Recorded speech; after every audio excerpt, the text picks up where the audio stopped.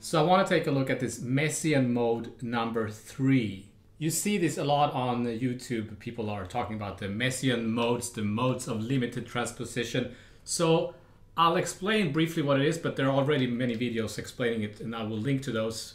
But I want to find a way that we can use this in a way that makes sense to me as a jazz improviser. So that's what I'm going to try to do. And I think I found the perfect video that really demonstrates how you can use this in a way that makes sense, not just as like a theory concept, because you can use this scale for like composition and to create interesting sounds, but it's harder to find a way to use it when you're actually playing jazz, if you know what I mean. The way it was explained to me, I remember a teacher, he was really into this book. So I had a teacher who was very much into this book, Thesaurus of Scales and Melodic Patterns by Nicholas Slonimsky. And the scale is in here because every possible scale is in there. So he showed it to me like this. So imagine you're playing E minor. The first 3 notes of E minor. Then you go up a minor third from where you started. You can play A flat minor, C minor, and then you're back.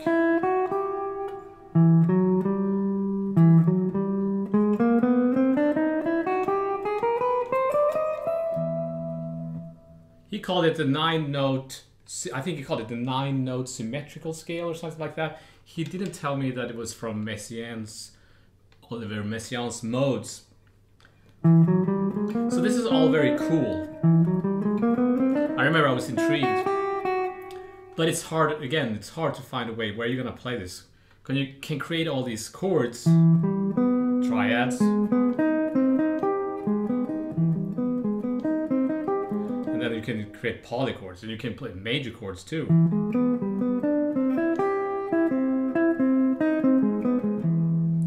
It could be minor 7 chords, it could be all sorts of chords. You could also look at the scale as going up a whole step, then a half step, and a half step, and a whole step, half step, half step, whole step, half step, half step, whole step. It's a little bit too much. They're almost like it's too much choice, too many opportunities from this scale. So it's hard to you have to kind of narrow it down somehow. You can also think of it as a chromatic scale with some notes missing. So the notes that are missing are the flat 9 and the 4th, the perfect 4th,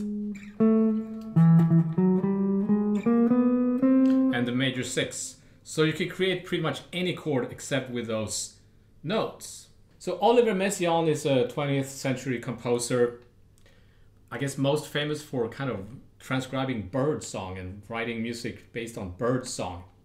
He also wrote this piece called Quartet pour la fin du temps, Quartet for the End of Time, which is a pretty challenging piece of work, and a lot of jazz musicians are into this stuff. Some jazz musicians are into this stuff. As a jazz musician, you're kind of curious about everything. You want to learn what's the next thing. And I don't mean next thing as in what's the next trend. I mean, what's the next level? What's the next level of harmonic complexity I can get to, and rhythmic too, by the way.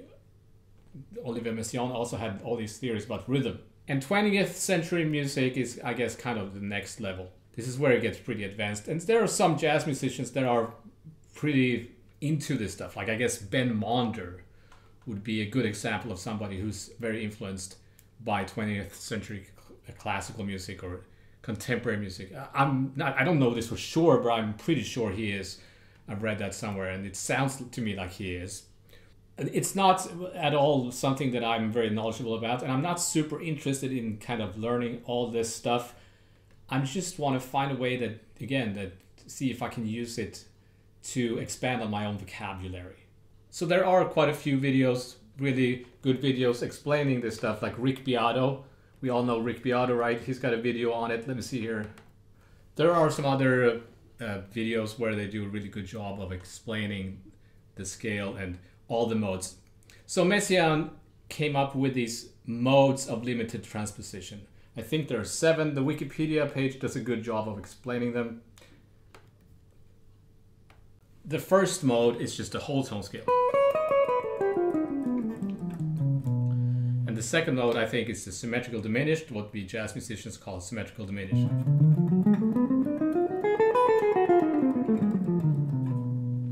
Why they're called modes of limited transposition is because with the whole tone scale, if I go up a half step, I can play another whole tone scale, and then if I go up a whole step from where I started, I end up with the same set of notes I started with, so there's a limited number of transpositions.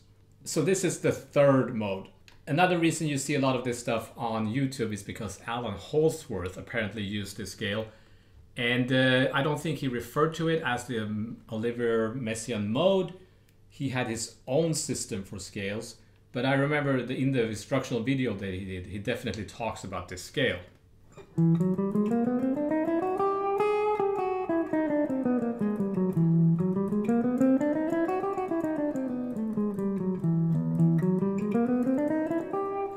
You could also start with a half step and then the whole step.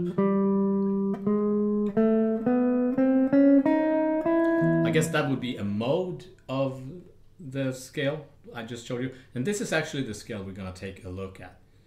So it wasn't until I stumbled upon this video, Jazz and Messiaen's third mode, Augmented Nonatonics by Julien Brezon. And I'll put a link to this video. It's really good, and you should subscribe to his channel and everything. His approach is really, really useful, and it's just funny. I notice this more and more the older I get, and just changing the perspective of something completely changes everything. So this is how he looks at it. We're gonna do B, because we're gonna apply this to the tune Juju by Wayne Shorter, which starts on the B augmented chord. So this scale has an augmented sound to me. It sounds like it's an augmented vibe to it. So the way he suggests that you practice this scale is to think of this augmented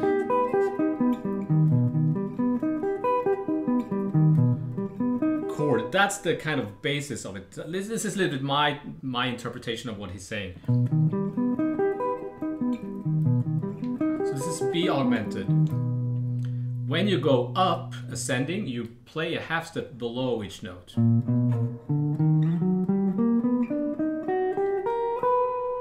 And descending, you play above.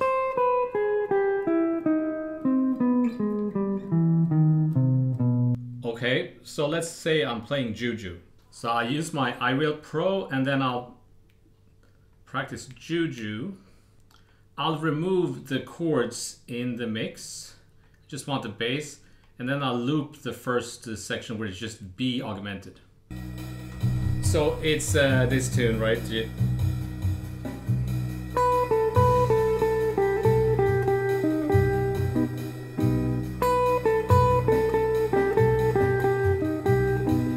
you're just gonna loop this section here.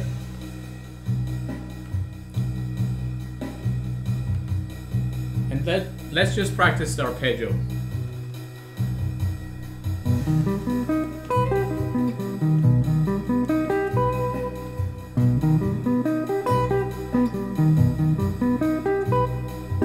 This is like the default setting or something. Now let's play a half step below.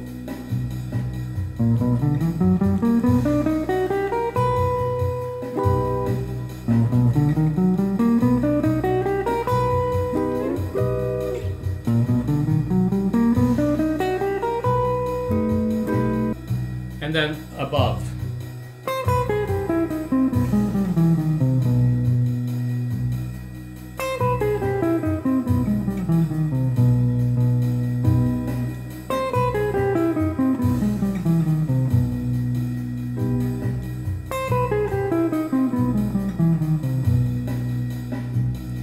Some of you are saying, well, this is just the augmented scale. It is. This is actually two augmented scales, right? One.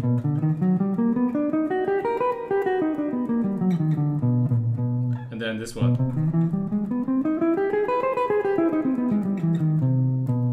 Those are also, I think, one of the Messiaen modes of limited transposition.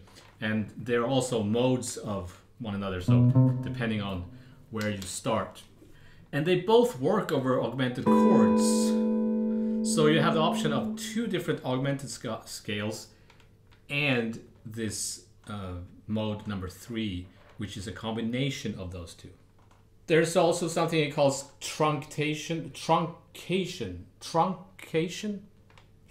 And that's when you remove some of the notes from these scales. So I guess the augmented scale is a truncation.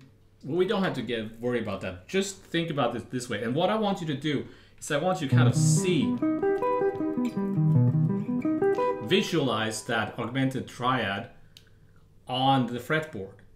And then visualize one step below.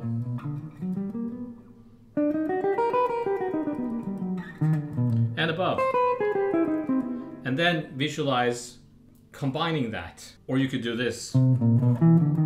Surrounding.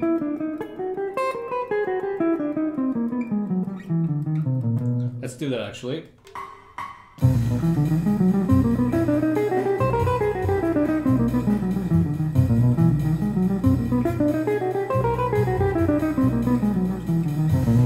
All you have to do is this.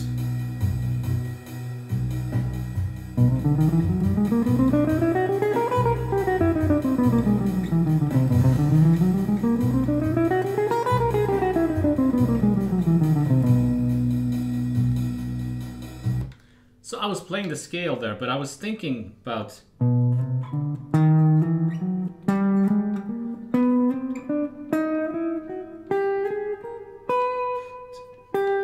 the augmented triad.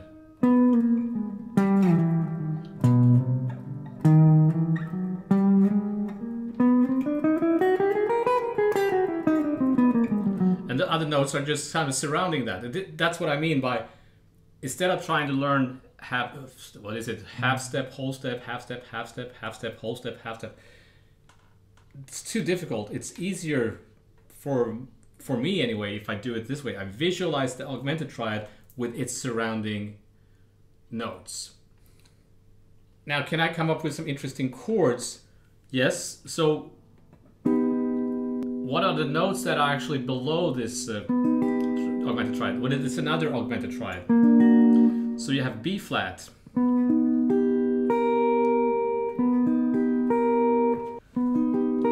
So all of a sudden you have one more option. Because you know, with the whole tone scale, I think a lot of you who have tried to solo over this juju, for example, it gets kind of, after a while, the whole tone scale is kind of limited in a way. You can't do that much after a while, so you need something else. And this, I think, the augmented scales and this scale, which is kind of an augmented scale in my mind, can give you more options and a broader palette. Of course, you have to be careful if you play this voicing. Some other musicians were like, what the hell? But I think Wayne Shorter would approve. So you get that chord, or you can play it here. Or here, you get the 5th. So if I play those chords, I think it sounds pretty good.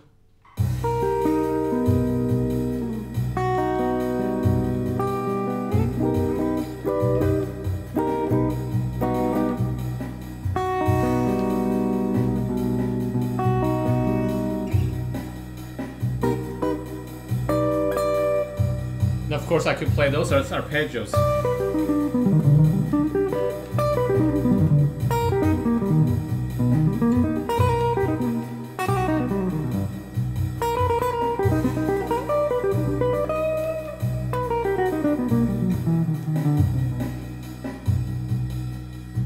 Something I forgot to mention too is, in this video, he explains that it sounds good if you kind of do this below and above approach when you kind of change direction, if you know what I mean. So if I play ascending, and then I go descending like this, maybe.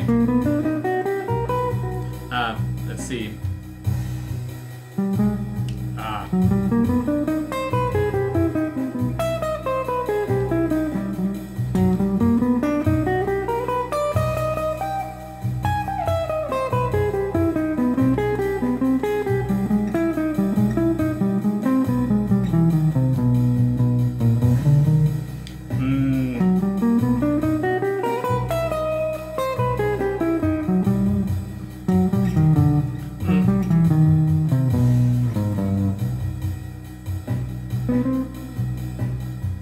Aha.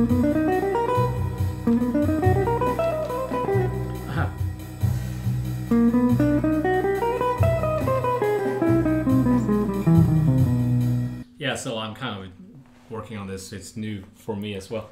In this video, he does it over this tune, right?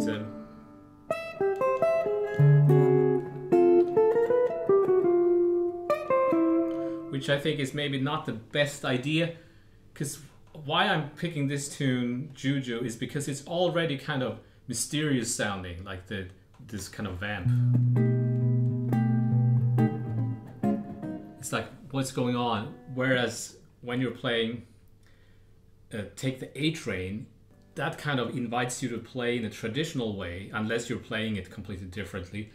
But the Wayne Shorter tunes are kind of more suggesting modern harmonies, and it's already kind of weird in a good way.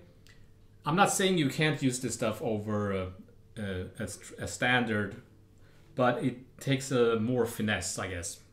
It's like sometimes I hear more or less experienced players, younger guitarists, they have learned some kind of advanced Alan Holdsworth licks, maybe based on this scale, and they playing a standard like All the Things You Are, and all of a sudden they try to throw in something like that, and even though they can do it technically, it just sounds weird. It sounds like it doesn't belong there, if you know what I mean.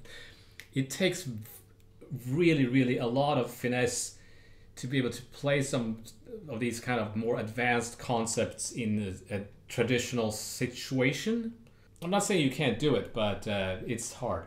So these chords, if I want to use the augmented triad above, that doesn't sound good. That doesn't sound good either. So what I discovered is this. If I play it here, so the E is above the D sharp, right? I get this beautiful. This I can move in major thirds. The C is above the B. And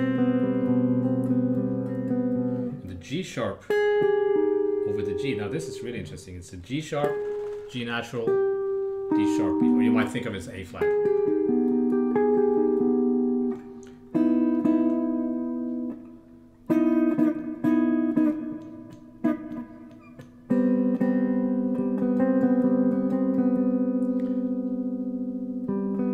It's just dawned on me that you can move it a half step. Or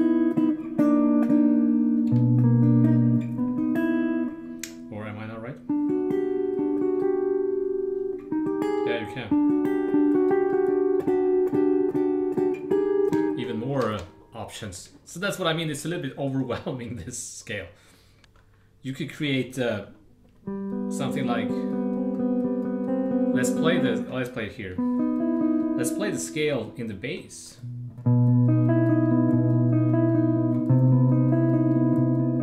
Remember, a half step above and below.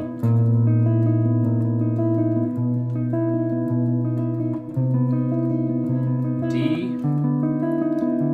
which is half step below.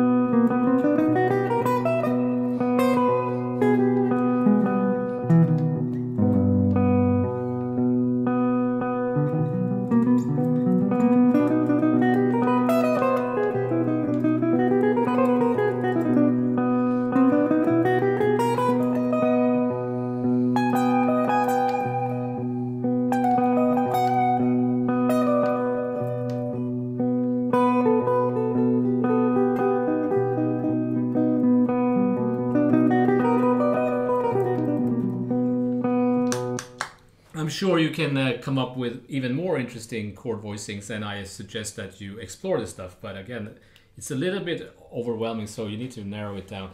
You could look at this triad, right?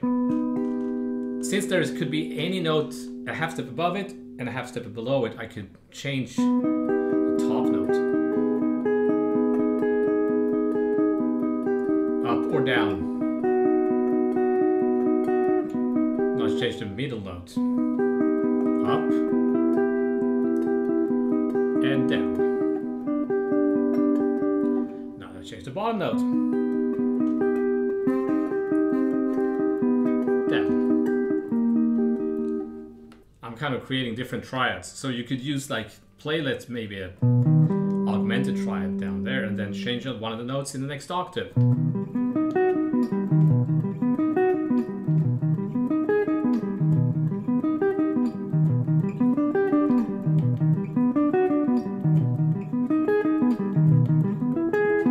And you can create all sorts of different arpeggios and triads. So if I change two notes, I take B augmented and I change the top two notes half step down, I get this. A half step up, both of them, E triad. If I let the top note go down and the middle note go up, half step,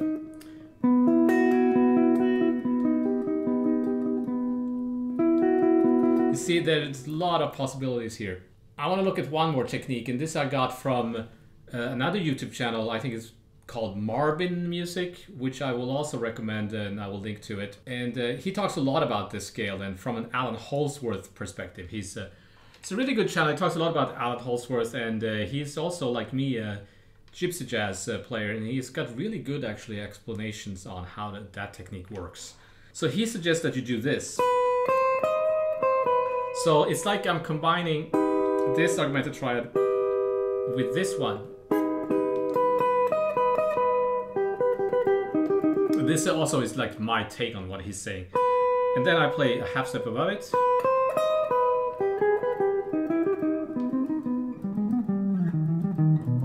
For example, again, we have a lot of opportunity or possibilities here. So I'm playing half step above that note, and then the next triad, the note of the triad above it. So you can think of it as a half step and a minor third. Starting on each of the augmented scale notes.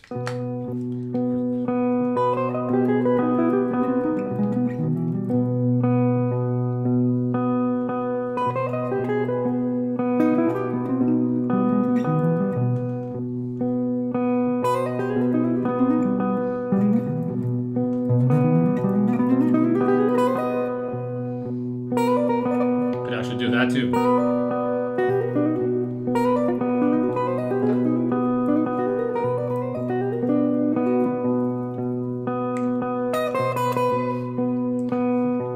There's so many possibilities here. If I play it like that,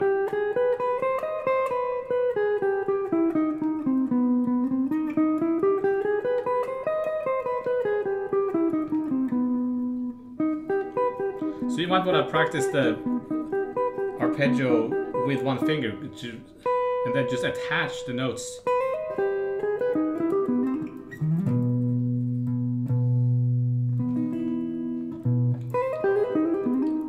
So because of the nature of the scale, you could also do it from a B minor triad.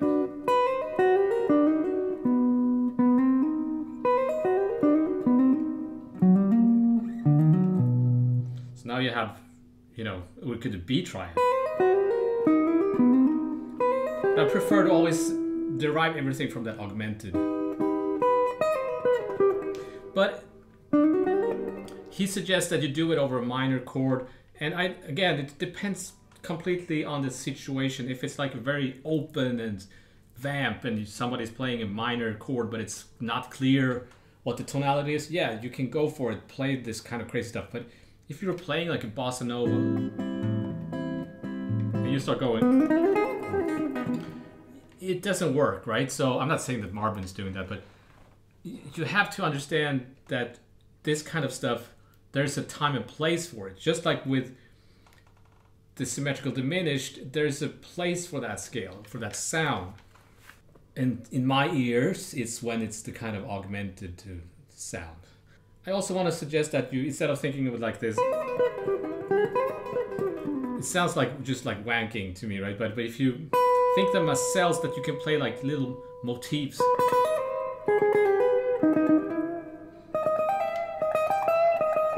Like Scott Henderson kind of.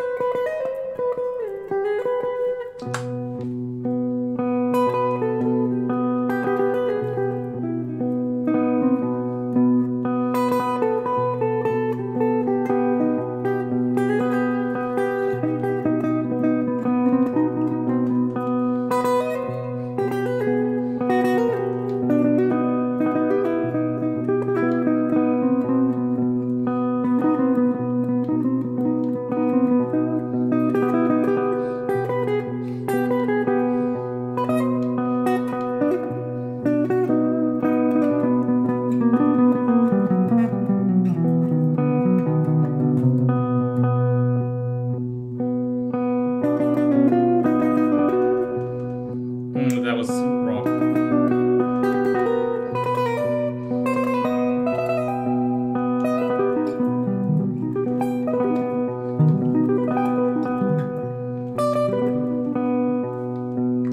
So now I'm gonna try something crazy here, bear with me. I've gone into iReal Pro and I've changed all the chords to augmented chords of the tune. So I'm gonna try to play this stuff, try being the keyword here because this is pretty difficult, over this, and we shall see what that sounds like. So let me bring back the piano here. Okay, here we go.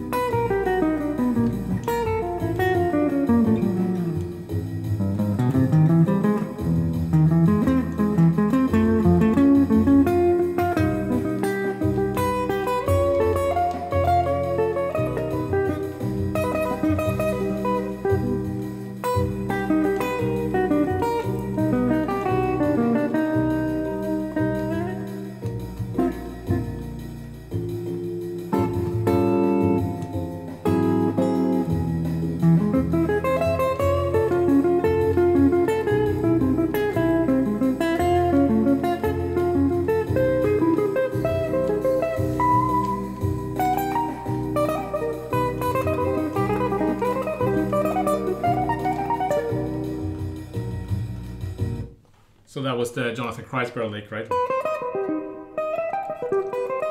You have a half step above, and all the rest of it is the augmented triad. But I think he plays it like that. So yeah, that was pretty difficult. I need to work some more on that. But I think you agree that it doesn't sound that weird.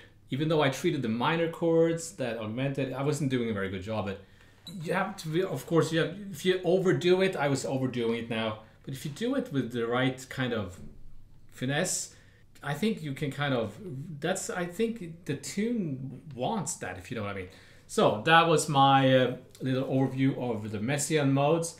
And again, I'll put links to the videos that we talked about in the description below. And if you want PDFs, you can become a subscriber if you want to support my work and so that I can keep making these videos.